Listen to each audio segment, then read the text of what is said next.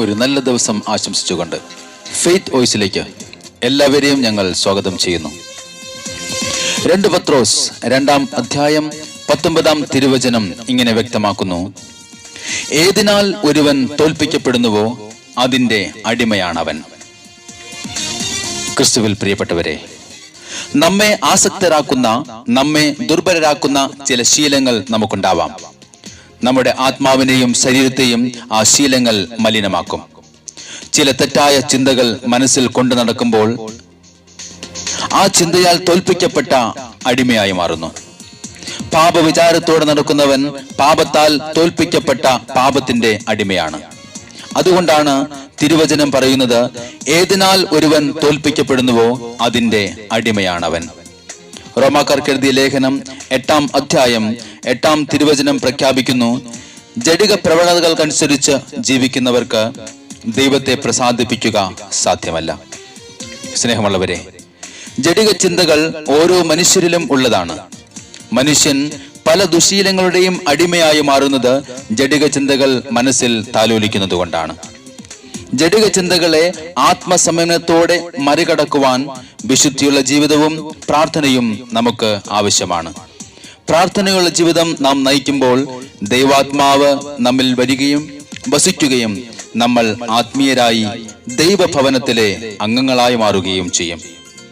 ദൈവത്തിന്റെ തിരുവചനം റോമാക്കാർക്ക് എഴുതിയ ലേഖനം 8-ാം അധ്യായം 9-ാം തിരുവചനം പ്രഖ്യാപിക്കുന്നു: ദൈവത്തിന്റെ ആത്മാവ് യഥാർത്ഥമായി നിങ്ങൾ വസിക്കുന്നെങ്കിൽ നിങ്ങൾ ജഡികരല്ല, ആത്മീയരാണ്. സർവസൃഷ്ടിയായ കർത്താവിനെ നമുക്ക് ആരാധിക്കാം. തിരുവചനം ഇങ്ങനെ പ്രഖ്യാപിക്കുന്നു: നിങ്ങളുടെ ശരീരങ്ങളെ വിശുദ്ധവും ദൈവത്തിന് പ്രീതികരവുമായ സജീവ ബലിയായി സമർപ്പിക്കുവിൻ. ഇതായിരിക്കണം നിങ്ങളുടെ യഥാർത്ഥ ആരാധന. നമുക്ക് ആ ദൈവത്തെ ആരാധിക്കാം. ഒന്ന് ചേർന്ന് പാടാം: സർവസൃഷ്ടിയാം നാഥ കർത്താവേ, ഞങ്ങളങ്ങേ ആരാധിക്കുന്നു. സർവസൃഷ്ടിതാവാം നാഥനെ നിന്നെ ആരാധിക്കുന്നു ഞങ്ങൾ. നിന്നെ നമിക്കുന്നു, നിന്നെ വണങ്ങുന്നു, നിന്നെ ആരാധിക്കുന്നു ഞങ്ങൾ. എന്റെ സങ്കേതമാം യാഹേ നിന്റെ കൂടാരത്തിൽ വസിക്കും.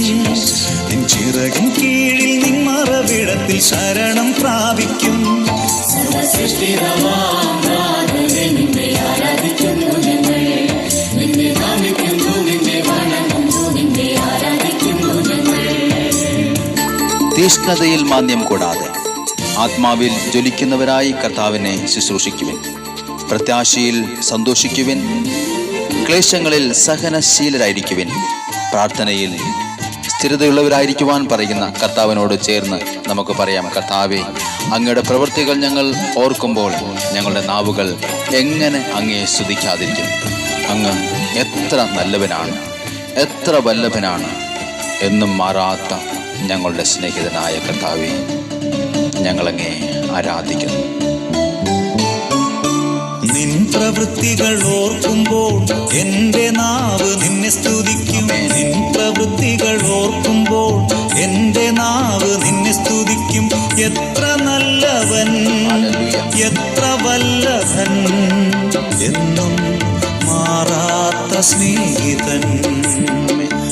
എത്ര നല്ലവൻ, എത്ര വല്ലഭൻ, എന്നും മാറാത്ത സ്നേഹിതൻ.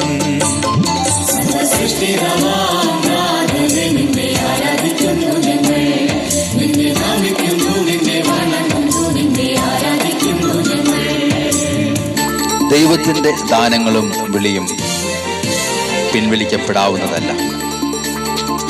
അതുകൊണ്ട് ആ കർത്താവിനെ പൂർണ്ണ ഹൃദയത്തോടെ, പൂർണ്ണ ആത്മാവോടെ, പൂർണ്ണ ശക്തിയോടുകൂടി നമുക്ക് ആരാധിക്കാം.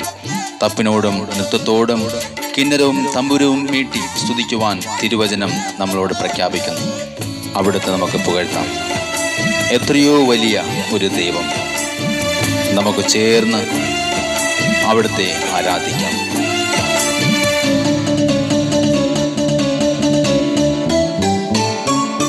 തപ്പിനോടും നൃത്തത്തോടും കിന്നരം തമ്പുരു വീണയോടും.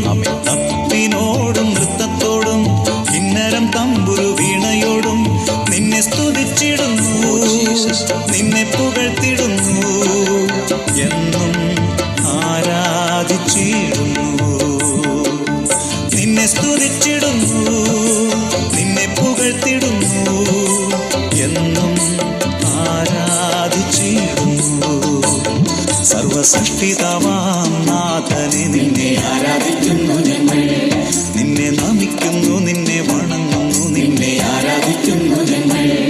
എന്റെ സങ്കേതമാം യാഹേ നിന്റെ കൂടാരത്തിൽ വസിക്കും, നിൻ ചിറകിൻ കീഴിൽ നിൻ മറവിടത്തിൽ ശരണം പ്രാപിക്കും. സർവസൃഷ്ടിതാവാം നാഥനെ നിന്നെ ആരാധിക്കുന്നു ഞങ്ങൾ, നിന്നെ നമിക്കുന്നു, നിന്നെ വണങ്ങുന്നു, നിന്നെ ആരാധിക്കുന്നു ഞങ്ങൾ. ഇന്നേ ദിവസം സ്വാതന്ത്ര്യത്തിലേക്ക് വിളിച്ച ദൈവം നിങ്ങളെ ഏവരെയും സമൃദ്ധമായി അനുഗ്രഹിക്കുമാറാകട്ടെ എന്ന് യേശു ക്രിസ്തുവിന്റെ നാമത്തിൽ ഞങ്ങൾ പ്രാർത്ഥിക്കുന്നു.